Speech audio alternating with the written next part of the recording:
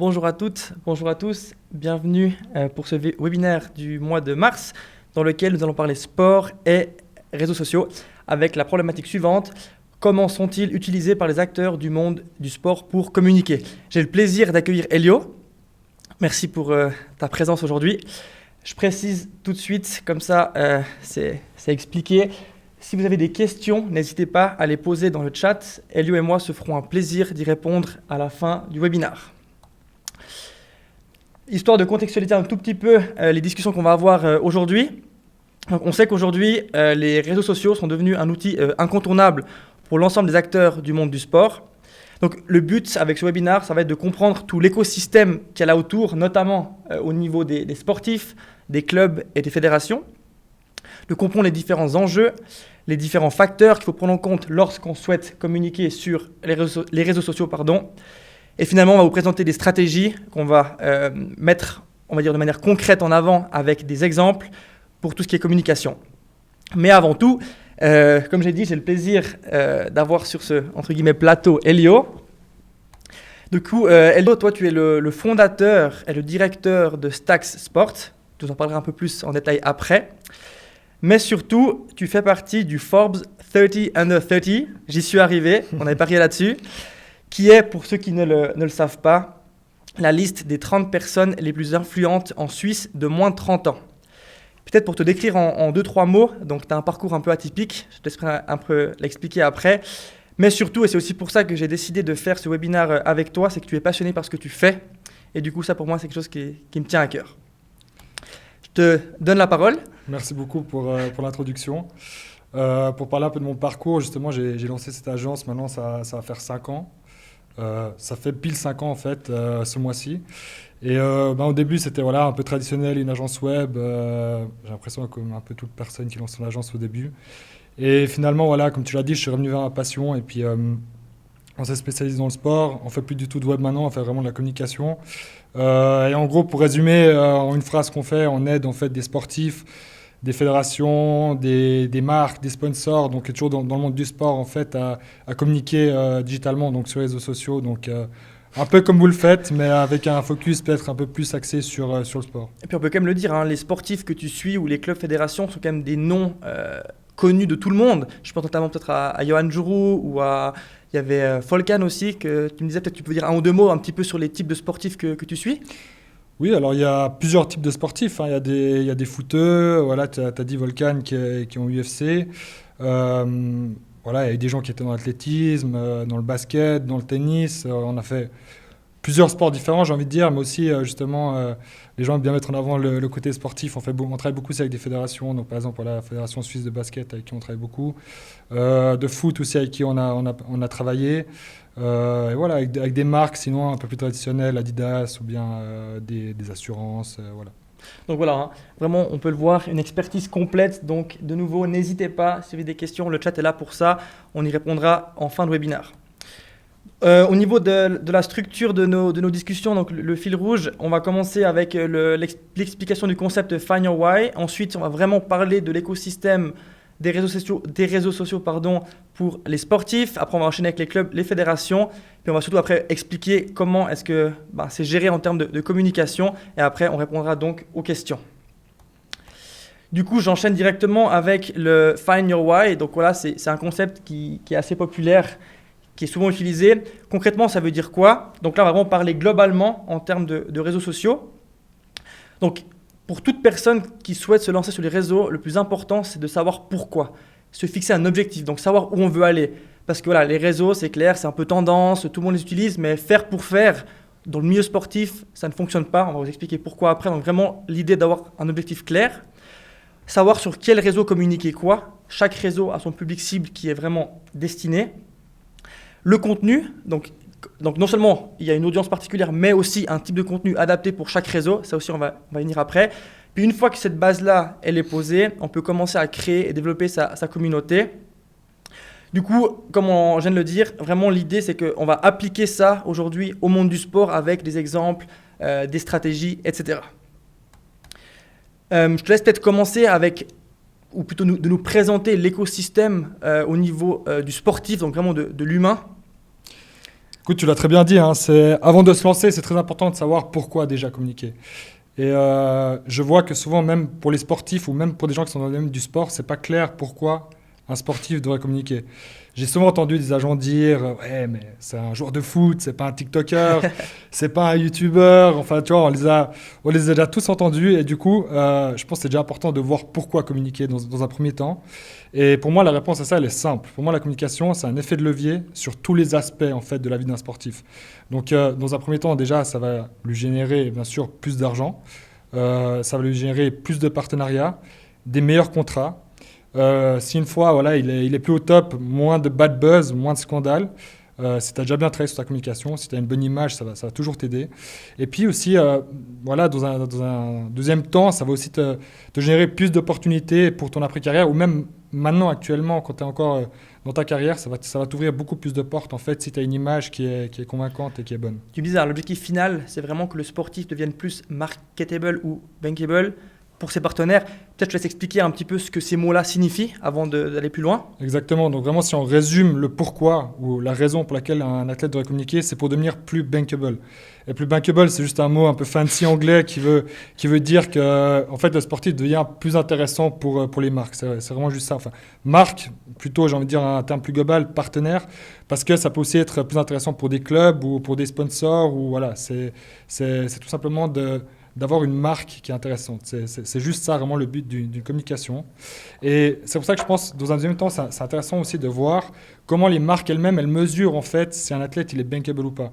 Il y a plein de manières de mesurer si un sportif est bankable ou pas. Il n'y a pas de juste manière, parce que c'est pas objectif. C'est juste différents facteurs qui sont pris en compte. Moi, une manière de mesurer si un athlète est bankable ou pas qui me plaît bien, c'est la manière que Nielsen utilise, qui est une grosse entreprise De data. de data active aussi dans le domaine sportif. Et eux, en fait, ils prennent 4 facteurs principaux. Donc, le premier, c'est la portée, ce qui n'est rien d'autre en fait que la taille de la fanbase. Donc, pour donner un exemple, un KPI, ça pourrait être le nombre d'abonnés sur Instagram. Donc KPI, juste pour ceux qui ne savent pas ce que ça veut dire, c'est Key Performance Indicator. Donc c'est vraiment les indicateurs de performance, donc un peu les objectifs si on veut bien. Exactement. Donc, un deuxième facteur qui est pris en compte, c'est la pertinence. Donc est-ce qu'un sportif est toujours d'actualité aujourd'hui? Et là, un KPI qu'on pourrait utiliser pour mesurer ça, ce serait le follower growth. Donc en fait, juste l'augmentation du nombre d'abonnés qu'il a eu, par exemple, sur la dernière année, pour savoir si ce sportif est toujours d'actualité et si on parle toujours de lui. Le troisième facteur, c'est la résonance. Ça, on peut le mesurer, par exemple, avec le taux d'engagement sur les réseaux sociaux. Est-ce que ce que tu dis, est-ce que tu fais plaît aux gens? Est-ce que les gens, ça les fait réagir? Est-ce que ça déclenche de l'émotion en eux? Et le quatrième, finalement, le quatrième facteur, c'est le retour sur investissement que le sportif génère pour ses partenaires. Donc ça, on peut le mesurer à la performance qu'il a fait sur ses partenariats passés avec d'autres marques. Maintenant, peut-être on a compris que l'objectif, c'est de devenir bankable, donc de communiquer pour devenir plus bankable. Mais comment un athlète peut-il devenir bankable? C'est peut-être la prochaine question qu'on se pose. Et là, en fait, il y a 3 facteurs qui sont importants, ou bien qui font d'un sportif un sportif qui est bankable. Le premier sportif... Tu vas y arriver. Voilà, je vais trop vite. Le premier facteur, c'est son succès sportif. Donc, moi, je dis toujours, tu peux avoir la meilleure com du monde, tu peux avoir des super vidéos, des super photos, des meilleurs experts de communication avec toi. Si tu n'as pas de succès sur le terrain, ça va te servir à rien. Ça va t'aider, mais tu n'auras jamais le même succès que quelqu'un qui ne fait pas de communication, mais qui a un gros succès sur le terrain. Donc ça, c'est vraiment le premier facteur, c'est le succès sportif. Le deuxième facteur, c'est le profil. Donc sur le profil, les gens n'ont aucune influence. C'est des choses comme par exemple la nationalité, l'origine, le sexe, l'âge, le sport dans lequel il est actif, et aussi l'attractivité physique. Donc c'est tout simplement le profil de la personne, comment elle est née en fait. Et ça aussi, ça a bien sûr une grande influence sur le fait si la personne est bankable ou pas. Et dans un troisième temps, c'est sa personnalité. Donc est-ce que le sportif a une personnalité qui est authentique? Est-ce que c'est crédible? Ça paraît très flou, peut-être un peu ce qu'on vient d'expliquer. Du coup, je pense que c'est beaucoup plus simple si on prend un exemple concret. Exactement. J'ai choisi de prendre comme exemple Naomi Osaka, qui est... je ne sais pas si tout le monde la connaît. Si vous ne la connaissez pas encore, vous allez certainement bientôt entendre parler d'elle. C'est une star montante du tennis. Et je pense que c'est un bon exemple parce qu'elle a gagné l'année passée 37 millions de dollars. Rien que ça. Rien que ça. Dont justement 90% qui prenaient des sponsors. Donc, par rapport à des footballeurs, peut-être qu'ils gagnent une grande partie de leur revenu sur des salaires. Elle, c'est vraiment 90% qui proviennent des sponsors, ce qui prouve finalement qu'elle a une marque qui est très très forte. Exactement. On reprend les 3 facteurs dont on a parlé avant, donc le succès sportif, le profil et sa personnalité. Pour ce qui est du succès sportif, il n'y a pas mieux dans le monde du tennis actuellement. Numéro 1. Donc, Elle est numéro 1 mondial, c'est la meilleure joueuse de tennis du monde actuellement. Et en plus de ça, elle a un futur radieux. Donc elle est jeune, elle a une marge de progression encore. Et elle a le potentiel, j'ai envie de dire, pour devenir une légende de son sport. Donc ça, voilà, c'est quelque chose qui aide à la rendre bankable. Dans un deuxième temps, elle a un profil dont on a parlé justement qui est très intéressant. De un, par son sexe, c'est une femme, ce qui, malheureusement, la plupart du temps, est un désavantage pour les sportifs. mais plus maintenant, comme tu disais à moi. Plus maintenant, exactement, ça commence gentiment à changer. Et pourquoi ça change? Parce qu'actuellement, il y a de plus en plus de femmes qui commencent à faire du sport, qui commencent à devenir sportives. Et du coup, on voit justement que les équipementiers commencent aussi à combattre pour des parts de marché sur le marché des femmes. Même pour les droits de TV, hein, j'ai vu ça l'autre jour, je crois que c'est en Angleterre, si je ne dis pas de bêtises. C'est pour la saison qui va venir, c'est le montant le plus élevé qui a été acquis pour les droits de TV. Donc on voit vraiment l'importance que les femmes prennent dans le sport. Je te laisse continuer. Exactement, ça prend de plus en plus en importance. Et puis elle, ça montre justement, elle a un contrat avec Nike. 10 millions par année, donc voilà, un des plus gros. Et puis ça montre justement qu'elle a aussi cette influence et puis que c'est intéressant qu'elle soit une femme. Dans un deuxième temps, son profil, elle est jeune. C'est toujours avantageux d'être jeune. Son sport, elle fait du tennis. Toujours plus intéressant d'être dans des sports individuels, malheureusement. Mais c'est plus intéressant tout simplement parce que quand il y a du succès sportif, ça sera toujours le sportif qui sera mis en avant et pas l'équipe. Exactement. Donc voilà, si elle gagne, on va parler de Naomi Osaka et pas d'un club ou bien d'un coach. Ou voilà, on parle que du sportif. Et finalement, quelque chose qui est super intéressant avec elle, et peut-être tu pourrais en dire un peu plus, c'est sur le fait qu'elle est américano-japonaise. Donc elle a 2 nationalités. Elle parle à plusieurs audiences. Donc d'un côté, tu as tous les Américains qui s'identifient à elle, mais aussi tous les Japonais. Et après, c'est clair que ça aide aussi que c'est la première et la 3e économie mondiale, les États-Unis et le Japon, et qui du coup la rend super intéressante en fait par ses marchés pour des marques. Dans un 3e temps aussi, il y a sa personnalité justement qui est super intéressante, où moi je pense que c'est son plus grand atout, parce qu'elle a une personnalité qui est authentique. Elle n'a pas honte de montrer qui elle est. Elle n'essaie pas de changer. Elle a réussi à rester qui elle est. Et puis, elle a une personnalité qui dévie un peu de la norme. Donc, c'est une geek. Elle aime les mangas. Elle aime jouer aux jeux vidéo. Et elle a un humour qui est un peu bizarre, mais qui est très attachant. Et du coup, ça fait d'elle en fait une personne qui est très accessible et puis à laquelle surtout les jeunes, j'ai envie de dire, peuvent énormément s'identifier. Voilà, ce qui est intéressant dans ce que tu expliques, et ça rejoint vraiment finalement ce qu'on disait en introduction de ce webinaire, c'est un profil, c'est hyper complet, il y a énormément de choses à prendre en compte, donc il y a vraiment cette approche d'aller comprendre qui on est, puis on voit, il y a ces 3 facteurs, donc profil, succès sportif, personnalité, qui font que ça fait un peu le total package, et on va y venir après avec des exemples, comment mettre ça en valeur sur les réseaux, mais là, déjà rien qu'avec tout ce que tu viens de dire là, on voit de la complexité finalement de ce qu'il y a derrière la communication. Exactement. Et ça montre aussi tout ce qu'il y a à prendre en compte. Et là, on a vu il y a les 3 facteurs un peu globaux qui ont de l'influence, j'ai envie de dire, sur le fait si un sportif est bankable ou pas. Il y a le succès sportif où il y a uniquement le sportif, enfin aussi sa structure, bien sûr, etc. Mais nous, on n'a aucune influence là-dessus. Il y a son profil.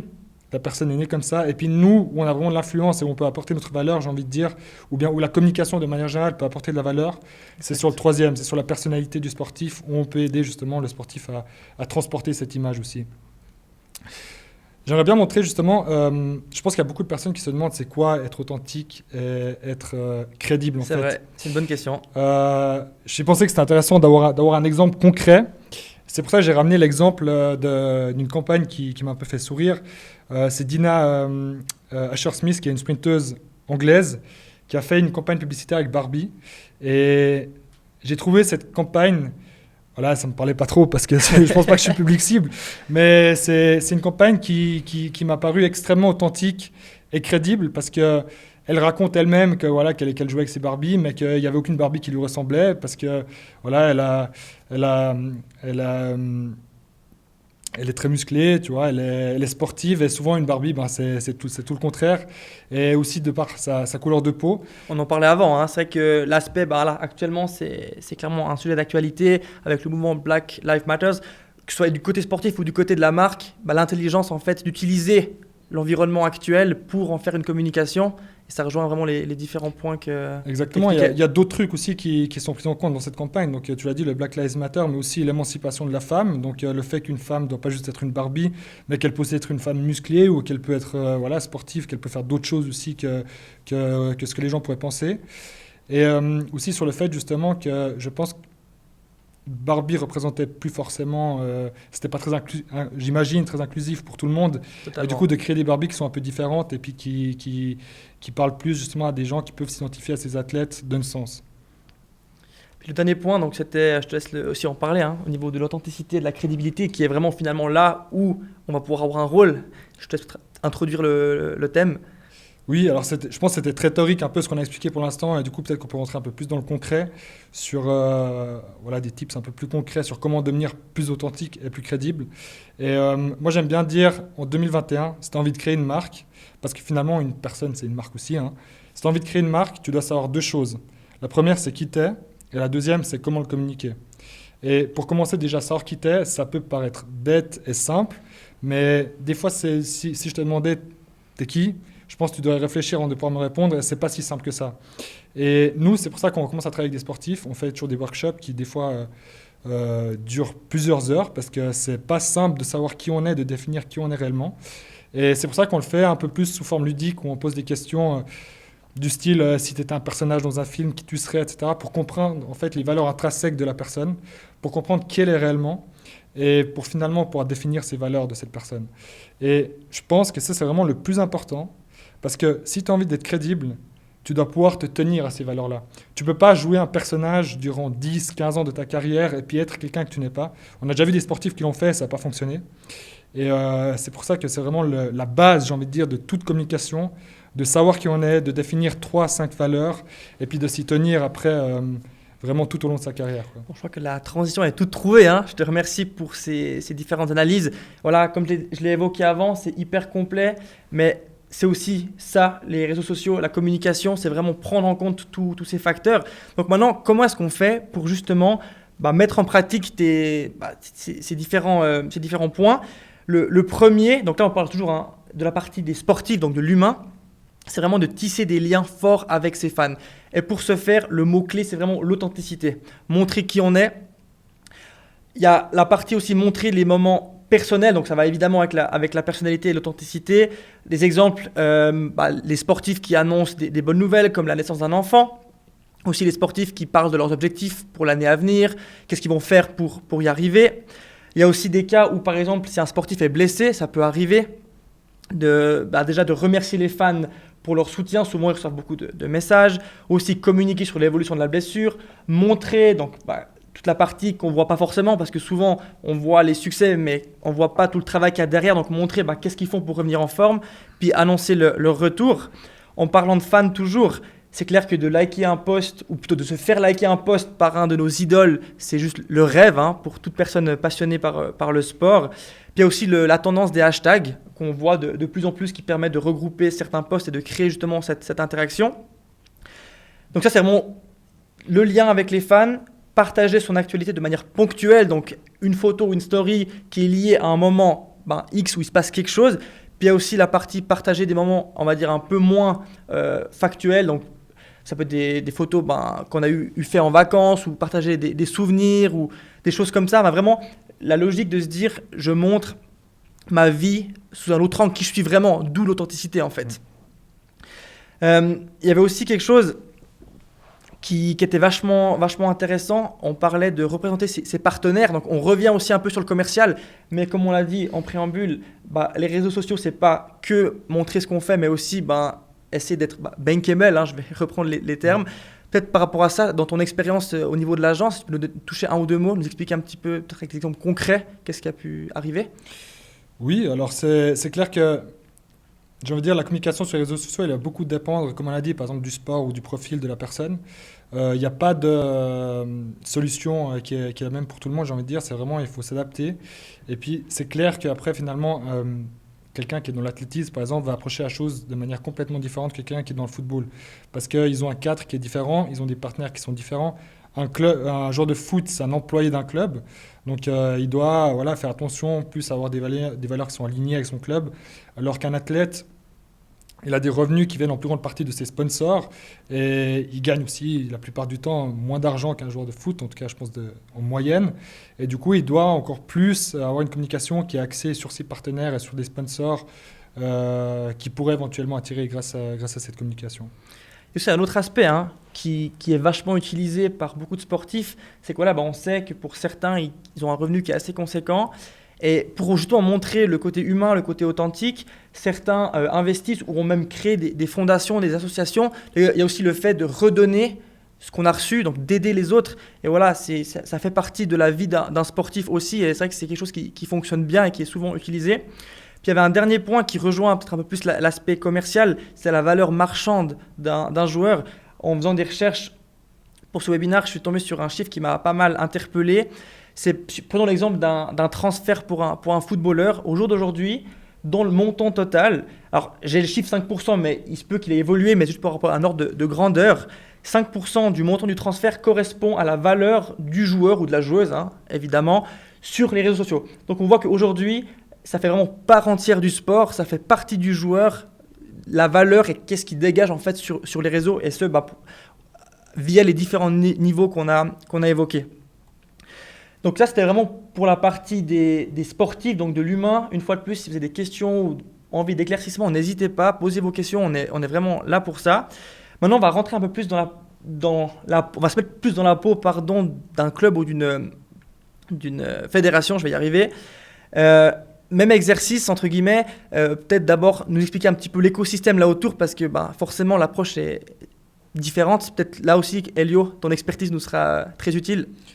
Exactement, donc elle est différente mais un peu similaire quand même, du coup je pense qu'on va la passer un peu plus rapidement. Mais pareil, pour un club, avoir une bonne communication, avoir une marque qui est forte, c'est un effet de levier de nouveau. C'est un effet sur tous les aspects du club. Donc ça va aider à trouver des partenaires, des meilleurs contrats, etc., comme pour le sportif. Je pense que, voilà, maintenant il y a des business models qui sont un peu différents, mais dans 95% des cas, l'objectif d'un club, c'est d'avoir du succès sportif. Et malheureusement, ou heureusement, je ne sais pas, le succès sportif, ça passe souvent par l'argent qu'on a à disposition, l'argent qu'on peut investir dans des joueurs. Voilà. Donc, comment générer plus d'argent? Il faut avoir plus de partenaires, plus d'argent, etc. Si je résume, en fait, de nouveau, le but, c'est de tisser un lien le plus fort possible avec les fans pour devenir plus bankable. Pareil comme pour les sportifs. Avec la complexité que cette fois-ci, on n'est plus un humain, donc une personne comme toi et moi pouvons l'être, mais on est un club, donc c'est encore plus difficile, entre guillemets, de tisser ce lien, et d'où le fait de appuyer sur les valeurs qui en est, le côté authentique finalement, que tu as pu nous expliquer auparavant. Exactement. On va parler un peu des problématiques, justement. Et une des problématiques est justement que, on l'a évoqué avant, les réseaux sociaux sont devenus de plus en plus importants, et les clubs ou les marques, de manière générale, qui ne sont pas des humains, sont désavantagés sur les réseaux sociaux par rapport à un sportif. Pourquoi ? Parce que les algorithmes sont faits, en fait, que les publications qui génèrent de l'émotion chez les personnes sont celles qui auront plus de vues, parce qu'il y aura plus d'interactions, il y aura plus de likes, il y aura plus de commentaires, etc. Et c'est ça, en fait, qui va décider finalement si quelqu'un ou si une marque a du succès sur les réseaux sociaux.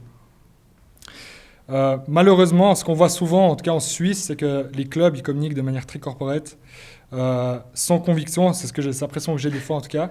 On fait les réseaux sociaux, tu l'as dit avant, c'est super important de savoir pourquoi on les fait, mais j'ai l'impression qu'on voit souvent justement des clubs, des marques qui font les réseaux sociaux, ou bien qui communiquent sur les réseaux sociaux parce qu'en 2021, tu dois communiquer sur les réseaux sociaux, mais sans vraiment conviction. Et si on prend en compte justement le fait qu'ils sont désavantagés par rapport aux sportifs qui sont des humains, il y a un manque d'identification qui se crée, en fait. Et ça on le ressent très bien. On voit aujourd'hui que les gens ne sont plus fans des clubs, mais qui sont fans des sportifs. C'est Donc juste. à l'époque, voilà, peut-être tu es fan d'un certain club, du FC Barcelone par exemple, et du coup tu aimais les sportifs parce qu'ils jouaient au FC Barcelone. Aujourd'hui c'est l'inverse. Tu es fan d'un sportif et tu vas le suivre dans quel club il y va. On l'a très bien vu, on en parlait aujourd'hui, quand Cristiano Ronaldo est arrivé Très bon à la exemple. Juve, c'est combien tu me disais, 3,5 millions d'abonnés, il a... Ouais, pour la petite histoire, c'est le jour où il a signé et les 4 semaines qui ont suivi, le compte Instagram de la Juventus a augmenté de 3,5 millions de followers. Et ça, c'est uniquement sur Instagram. Donc, c'est juste pour imaginer à quel point c'est puissant et un joueur peut faire une telle différence. Et les conséquences derrière sont à tous les niveaux, comme on a pu l'évoquer avant au niveau du sportif. Voilà. Donc, si on continue à communiquer sans conviction et puis en restant très corporate et puis en n'étant pas humain, en fait, c'est surtout ça ce qui manque, il y a un manque d'identification qui se crée. Et maintenant, on peut se poser la question, comment, du coup, recréer cette identification avec ses fans. Pour moi, c'est simple et c'est comme chez les sportifs, ça reste une marque finalement et il faut avoir des valeurs qui sont clairement définies. J'aime bien pour ça prendre l'exemple. Moi, quand j'étais gosse, mon père m'amenait au match de IB parce que voilà, c'était le club de première division. On a déjà parlé avant et voilà, c'est le club. Il n'y a pas vraiment de club à Fribourg. Du coup, on allait voir IB. C'était le club voilà, qui avait le plus de proximité avec notre ville qui est Fribourg. Et du coup, on allait à IB parce que c'était le club le plus proche. Et c'était ça en fait qui fait qu'on était fan de ce club-là. Et puis de nos jours, je pense que la proximité ne suffit plus parce qu'avec les réseaux sociaux, voilà, avec les nouvelles technologies, c'est devenu beaucoup plus simple d'être fan aussi et de se sentir proche d'un club qui est beaucoup plus loin. Donc un Manchester United, un FC Barcelone, un Real Madrid. Et puis c'est ce qu'on voit au jour d'aujourd'hui aussi, que justement les gens ils sont plus fans de clubs qui sont souvent à l'étranger que de clubs qui sont à proximité. Et comment justement les clubs à proximité peuvent regagner des fans, c'est en définissant clairement leurs valeurs en fait pour se différencier. On revient au point de départ, mais là je lis un peu en diagonale les différentes questions. C'est vrai que l'aspect valeur, et ça peu importe, que ce soit un club, une fédération ou autre, vraiment soyez vous-même, montrez comment, je reviendrai après l'exemple, mais comment l'histoire de votre fédération, du club a évolué, qui vous êtes vraiment, parce qu'au final, les valeurs, l'authenticité, c'est vraiment ce qui va faire la différence. Est-ce que tu as encore un point à ajouter par rapport à tout ça ou pour toi c'est... Je pense que peut-être ce qu'on peut faire, c'est donner un petit exemple. Ouais. Y a un club que j'aime beaucoup en Allemagne, peut-être vous avez jamais entendu parler, c'est le FC St. Pauli, qui est sportivement parlant le deuxième club de Hambourg en fait. Et je pense que c'est l'exemple parfait pour un club qui connaît extrêmement bien ses valeurs et qui a mis sa marque en fait au centre de toutes ses activités. Ce qui pour moi chaque club devrait faire. Pour la petite histoire, comme je l'ai dit, c'est le deuxième club sportivement de la ville. Je crois que c'était dans les années 80 ou 90 où il y avait de plus en plus d'hooligans, un peu de la droite qui se rendaient au match du HSV et où beaucoup de familles ne voulaient plus aller au match en fait parce que c'était violent, parce que c'était dangereux. Et du coup, en fait, c'est là que St. Pauli a vu sa chance en fait de se différencier et puis d'offrir une opportunité en fait au HSV. En devenant le club de la gauche. Donc c'était un peu le club des punks, le club multiculturel, vraiment inclusif, etc. Et c'était pas grave, c'était un club qui avait très peu de succès sportif au début en tout cas. À un moment, ils sont même montés en Bundesliga. Aujourd'hui, je crois qu'ils sont en deuxième Bundesliga si je ne me trompe pas. Mais voilà, c'est un club qui a des valeurs clairement définies, qui attire les gens pas par son succès sportif, mais tout simplement pour ce qu'il représente. Parce que justement, c'est le club de la gauche, c'est le club qui est inclusif. Même maintenant, je crois qu'ils ont un club de hooligans homosexuels.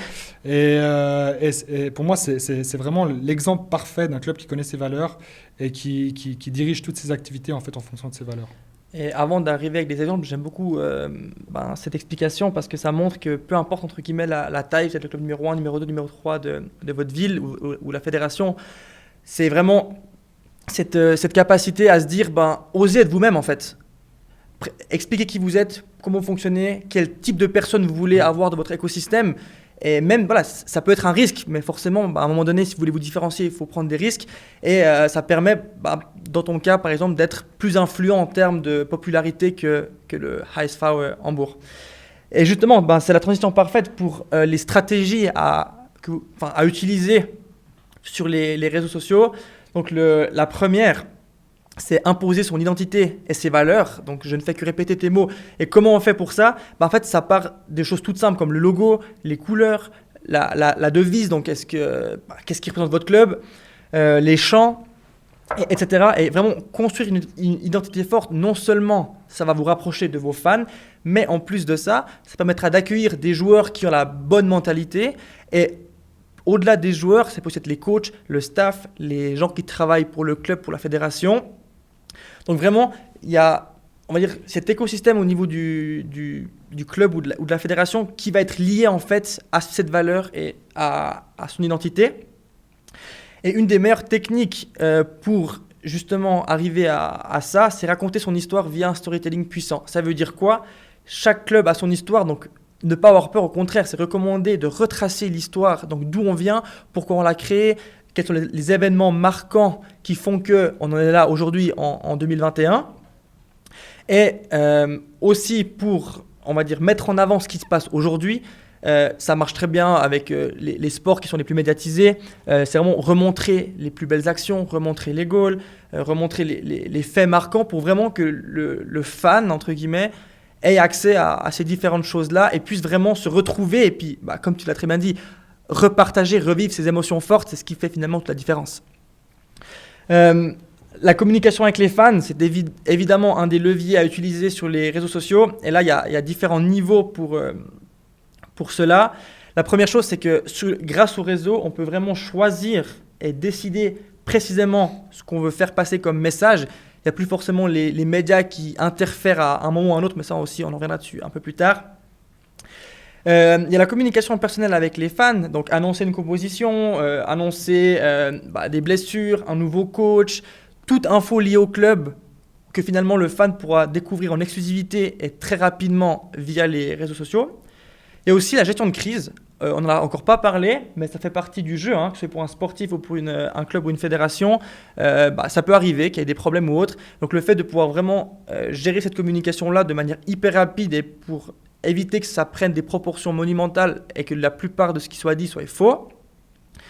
Il y a un autre changement fondamental, et tu l'as évoqué avant avec l'histoire du club par rapport à ton papa, etc. Mais c'est le fait en fait de pouvoir avoir des fans dans le monde entier. Aujourd'hui, un club ou une fédération peut vraiment communiquer non seulement plus dans le pays où il est actif ou la ville où elle est active, mais vraiment avec des gens de partout dans le monde et donc leur transmettre l'information et donc avoir des fans dans le monde entier et augmenter sa fanbase comme on en parlait avant et encore plus aujourd'hui avec la situation actuelle, le Covid. Donc cette capacité à, on va dire, retranscrire les émotions qu'on peut vivre au stade ou dans n'importe quel événement. C'est peut-être aussi de la course à pied ou de l'athlétisme, j'en passe. Donc vraiment reproduire cette émotion. Et il y a un autre point où j'aimerais avoir un petit peu ton avis, c'est la partie se servir de ses ambassadeurs. Parce que finalement, les premiers ambassadeurs d'un club, c'est les gens, enfin ses membres en fait. Est-ce que tu peux nous, par rapport à ton agence, donner un ou deux exemples pour se rendre compte un petit peu l'impact que les sportifs ont par rapport au club et aux fédérations? On en a discuté avant, justement, les sportifs, c'est des ambassadeurs, ils ont de la force de communication au jour d'aujourd'hui. Et c'est vrai que j'ai l'impression que des fois, on ne voit pas les clubs vraiment se servir en fait, du fait d'avoir 30 ambassadeurs, par exemple, au sein de leur club, ou pareil pour des fédérations qui ont des équipes nationales. Mais on peut même voir ça de manière plus globale. Même pour quelqu'un qui organise un événement ou une course, ou j'en sais rien, ça pourrait être les 20 km de Lausanne, il pourrait se servir de ces ambassadeurs qui sont donc toutes les personnes qui courent à son événement, tout simplement en leur fournissant des contenus de haute qualité, en leur fournissant des photos, des vidéos, etc. Pour qu'eux puissent après les partager sur les réseaux sociaux et du coup faire de la pub ultra authentique et crédible sur les réseaux sociaux. C'est marrant que tu dis ça parce qu'on en parlait justement à midi. Certains clubs de très haut niveau, évidemment on ne pourra pas citer de nom, mais n'étaient pas du tout en phase avec ça. Donc c'est juste pour dire que même le plus haut niveau n'est actuellement pas toujours à la perfection, à la pointe. Donc il y a vraiment une marge à aller chercher par rapport à ça. Et vraiment, servez-vous finalement des gens qui font votre succès, qui sont là. C'est la réalité, c'est pas du fictif. Donc merci pour ces précisions. Après, évidemment, de nouveau, l'aspect financier. Un club doit aussi survivre, plutôt avec la période actuelle. C'est la vente des produits du club. Je pense notamment à la vente de maillots ou tout autre équipement qui serait utilisé par les sportifs. Un trend hyper populaire est le e-commerce. C'est vrai que si maintenant, prenons peut-être un autre exemple, prenons un club de hockey, le Fribourg-Gotteron, si je ne sais par quel miracle, il y a un fan de Gauthieron dans un autre pays, ben, il peut directement acheter le maillot en ligne. Donc vraiment, après évidemment, ça s'applique à toute autre équipe de tout autre sport, mais vraiment cette proximité avec le fan aussi en termes d'équipement. Et la dernière chose, c'est attirer les fans. Alors c'est clair qu'en ce moment, ce n'est pas la bonne période, mais à contrario, bah, on parlait avant des différents moyens. Je vais reprendre l'exemple de Gauthieron, mais typiquement, nous, l'agence, on couvre donc les différents matchs de Gauthieron, principalement sur Facebook et sur Instagram. Donc trouver des alternatives pour, malgré le fait qu'on ne puisse pas aujourd'hui être dans les stades ou à proximité d'une course, donner aux gens l'impression d'y être. On a aussi un autre exemple qui serait le Matterhorn Ultrax où vraiment c'est une course à Zermatt, mais vraiment le live, montrer les gens, montrer ce qui se passe, montrer l'ambiance pour que des gens des quatre coins du monde puissent se retrouver sur l'événement. Avant de passer à la suite, est-ce que tu aurais peut-être un mot un petit peu qui résume la partie joueur, club, fédération que tu aurais envie de nous partager ? Pour moi, le plus important, en fait, pour un sportif, c'est qu'il doit connaître ses valeurs, qu'il doit parfois dézoomer, c'est dur, hein, c'est clair, des fois on n'a pas toute la stratégie en tête. On se dit plutôt, ah là j'ai une photo cool, allez je la poste, elle est belle, mais est-ce que ça aligne à mes valeurs, est-ce que ça colle, est-ce que si j'ai dit que j'étais humble, est-ce que j'ai vraiment besoin de poster cette photo avec une voiture de luxe par exemple, est-ce que ça aligne à mes valeurs, et puis déjà d'avoir une stratégie de base. Pour un club, ou au sens plus large encore aussi pour une fédération, je pense qu'il faut mettre la marque au centre de tout. Donc il faut définir d'abord qui on est, définir des valeurs, et après, basé sur ces valeurs, prendre des décisions. Donc c'est, pour moi, en 2021, vraiment, si tu n'as pas de marque, tu n'as rien. Okay. Bah, très bien, au moins c'est clair. Après, au niveau de là je fais la transition, hein, on passe à la suite. Donc comment gérer sa communication ? Aujourd'hui, il y a deux façons de faire finalement. La première, c'est de le faire soi-même, et la deuxième, c'est de faire appel à des professionnels. Peut-être pour commencer, donc le faire soi-même, les avantages que ça engendre, c'est évidemment la liberté. C'est clair que si tu gères ta propre com, que ce soit en tant que sportif, en tant que club ou fédération, bah, tu décides de ce que tu mets quand tu veux. Donc tu as envie de faire une story, tu as envie de poster une photo, etc., tu le fais. Mais souvent, le risque que ça peut impliquer, alors c'est clair que l'authenticité, elle est garantie. Hein. Je veux dire, c'est toi, c'est ta vie, tu es vraiment en live. Mais par contre, bah, tu as peut-être moins cette vision un peu à long terme, mais tu réfléchis peut-être moins au bad buzz que ça peut impliquer. Un exemple un peu trash, mais au moins ça permet de bien comprendre les choses. Il y a eu l'affaire Serge Aurier il y a quelques mois. Donc Serge Aurier, c'est un joueur, un ex-joueur du Paris Saint-Germain, mais à l'époque, il jouait au Paris Saint-Germain, qui avait critiqué ouvertement, pour ne pas dire insulté, son coach. Et ça a été relayé évidemment à une vitesse phénoménale et ça avait créé d'énormes problèmes au sein de l'équipe. Donc voilà, le bad buzz, c'est toujours le plus compliqué à maîtriser parce qu'on dit toujours, hein, les infos négatives circulent plus vite que les bonnes nouvelles malheureusement. Mais tout ça pour dire, soyez authentique, mais trouvez le juste milieu entre l'authenticité et la bonne communication versus les choses un peu plus négatives. Peut-être tu peux nous expliquer, toi, la partie plus professionnelle, puisque c'est ton métier. Comment un petit peu ça fonctionne, les avantages, les inconvénients, s'il y a des joueurs, des clubs ou des fédérations qui nous suivent. Je pense que le plus grand avantage de faire appel à des pros, après j'ai pas envie de vendre, hein, mais je pense que c'est que c'est très dur en fait d'avoir un avis objectif sur soi-même. De manière générale. C'est-à-dire, même pour moi, quand je fais ma propre communication, des fois, c'est dur de savoir comment on est, quel est le ressenti des gens par rapport à nous-mêmes. C'est très, très difficile de savoir ça. Et du coup, c'est une bonne aide, je pense, d'avoir quelqu'un qui a les objectifs de cette personne en tête, qui connaît cette personne et qui met en place aussi une stratégie à long terme, avec des valeurs, bien entendu, pour surtout donner un coup de main à ce niveau-là, quoi. Après, je vois quand même aussi qu'il y a justement un autre truc, ça dépend toujours après aussi du sportif, dans quel sport il est, mais pour beaucoup de sportifs, c'est dur d'avoir des bons contenus aussi, de bonne qualité, et puis c'est là aussi qu'une agence peut donner un coup de main et puis peut aider en produisant ce contenu-là. Un autre aspect qui est extrêmement important à citer et à prendre en considération, on en a brièvement parlé, mais c'est vraiment important qu'on revienne dessus et qu'on insiste là-dessus, c'est le fait que grâce au contenu digital que vous gérez, vous maîtrisez l'information et les images que vous communiquez.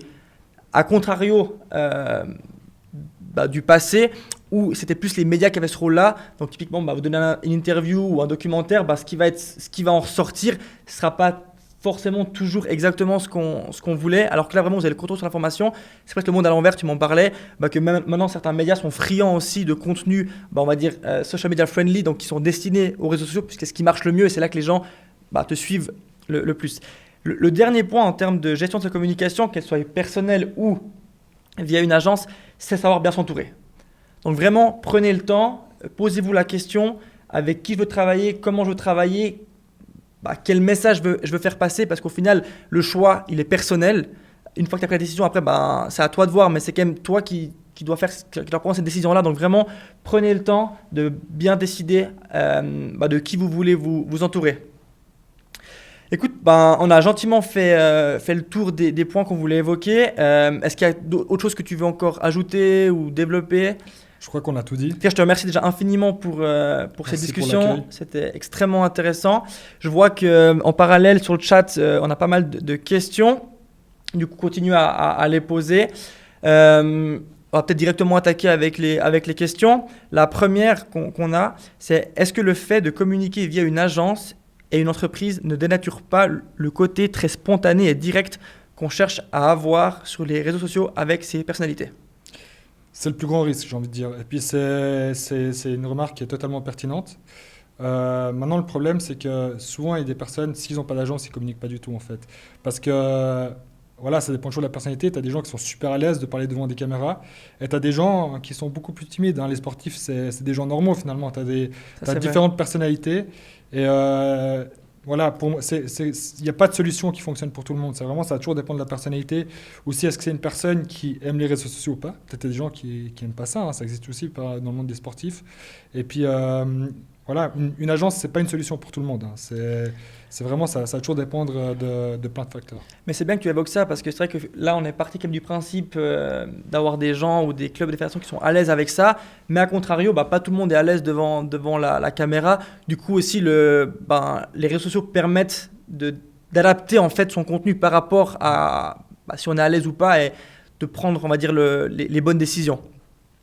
La deuxième question, c'est il me semble que les joueurs de hockey sur glace en Suisse, mais aussi en Amérique, se vendent moins que, par exemple, les joueurs de football. Vous observez également ce phénomène et quelles pourraient en être les raisons ? Alors, déjà, en Suisse et aux États-Unis, c'est deux marchés complètement différents. En Suisse, effectivement, c'est aussi quelque chose que je remarque, c'est vrai.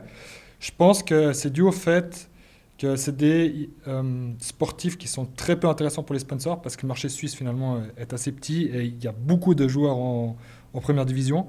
Et puis, qu'en même temps, ils ont des très gros salaires. Donc, ils n'ont pas forcément l'intérêt à aller un peu to go the extra mile et puis de vraiment s'impliquer là-dedans pour aller chercher des partenaires en dehors du hockey encore. J'espère que ça répond à la question. Si ce n'est pas le cas, n'hésitez pas à demander des précisions. La question suivante, c'est là, on parle d'une fédération, intéressant. En tant que fédération, le problème est encore plus difficile que celui d'un club. Comment créer cet attachement alors qu'on ne peut pas forcément personnifier la fédération ? Je pense qu'on le peut. Swiss Basket, pour moi, c'est le meilleur exemple. Ils ont beaucoup été critiqués pour ça. Il y a toujours des voix critiques, mais ils ont décidé quand même d'aller ce chemin-là, d'être différents, d'avoir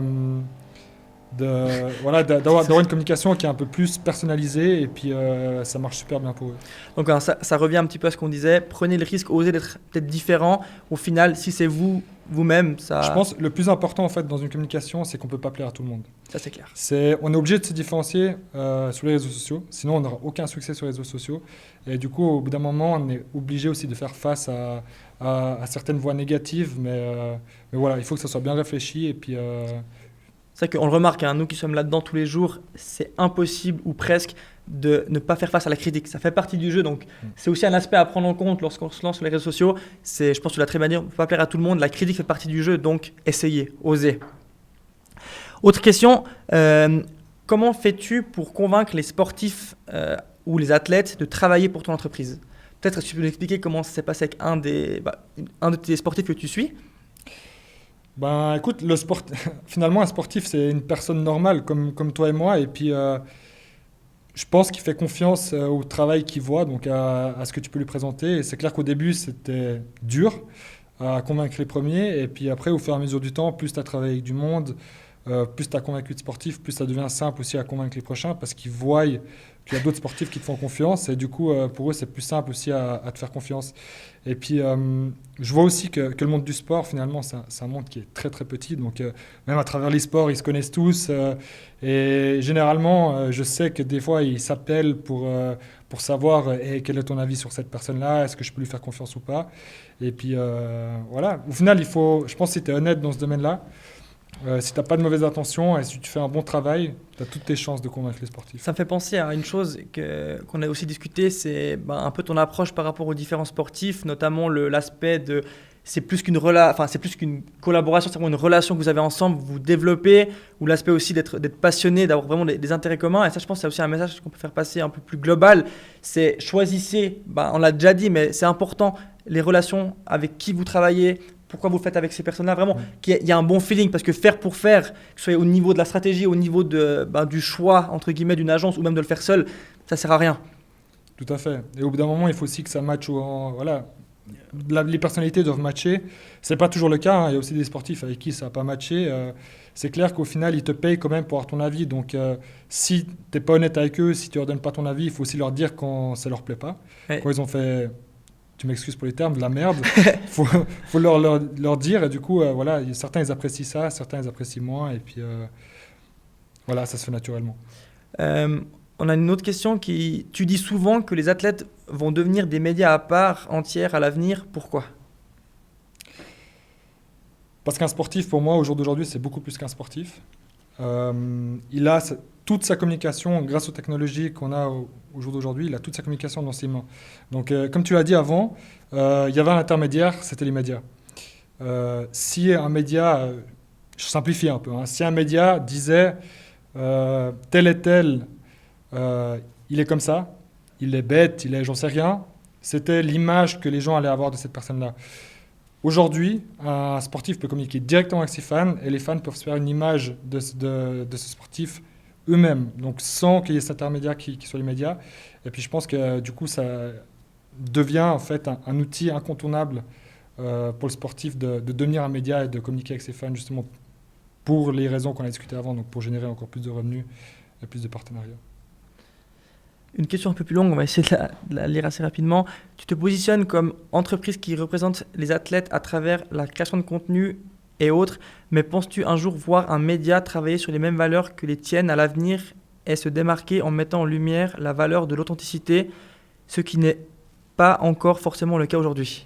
Tu m'as suivi ou pas ? Alors, je ne suis pas sûr encore de la question, mais déjà, je peux corriger, on ne représente pas d'athlètes. Donc, on est mandaté par des athlètes, on n'est pas un management, donc on n'est pas des agents. D'accord. C'est pas toujours clair. Est-ce qu'il y a autre chose que tu veux dire par rapport à ça ? Ou sinon, est-ce que celle-ci, tu peux peut-être la garder pour répondre un peu plus à part ? Si tu peux juste me répéter la deuxième partie, peut-être. Alors, donc il y avait l'histoire de la représentation. Et la deuxième, c'était penses-tu un jour voir un média travailler sur les mêmes valeurs que les tiennes à l'avenir et se démarquer en mettant en lumière la valeur de l'authenticité ? Ok, je pense avoir compris. Donc, est-ce que... Je pense la question, peut-être si je peux la rephraser exactement, c'est est-ce que des médias sont peut-être un peu moins objectifs et vont plus prendre position ? Et oui, je pense que c'est le cas et puis c'est déjà en train de se passer. On le voit clairement, des médias en France, par exemple comme Combini ou Brut, qui prennent clairement position sur certains sujets et puis on voit que ça marche beaucoup mieux ou bien qu'ils ont beaucoup moins de peine à développer les réseaux sociaux que des médias traditionnels qui sont très objectifs. Je te remercie infiniment. Le temps file à une vitesse folle. Il nous reste 2 questions auxquelles on va évidemment répondre, mais malheureusement, on n'a plus de temps ici, donc on se fera un plaisir de le faire par email. Si y a d'autres questions entre deux, n'hésitez pas à nous les envoyer. On se fera évidemment, comme je viens de dire, un plaisir d'y répondre. Donc, juste un énorme merci à Elio pour ton temps et un grand merci à vous pour votre présence lors de ce webinaire. Et puis, on se réjouit du mois prochain pour le prochain webinaire. Merci à tous et une bonne soirée.